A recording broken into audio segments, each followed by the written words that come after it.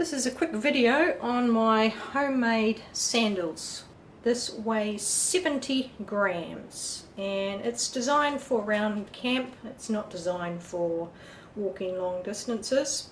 I didn't want to have jandals because I don't like stretching my socks with the toe, and I do want to be able to wear socks around camp, especially if there's insects around to stop me being bitten. This is made up from a slipper. Making the homemade sandal is easy. I take a cheap slipper, so these were $6 New Zealand dollars for the pair, and just cut in here, and you can see where the stitching just comes off, and it's just this bottom part that I want, but very easy to unstitch it around there.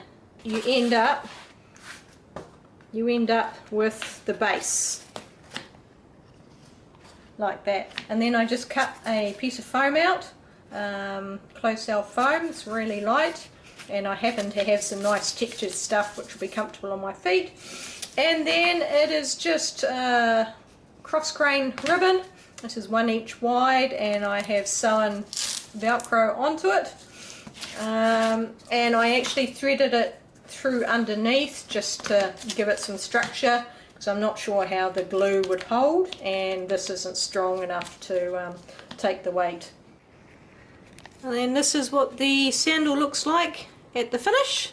So it is Velcro adjustable, depending on what size socks I'm wearing, and I found this stops me slipping either forward or backwards. And to put it on, it's just that one catch. Slide the foot in, put that around my ankle, and just tighten the Velcro, and that's it. 1 times homemade sandal, 70 grams total weight.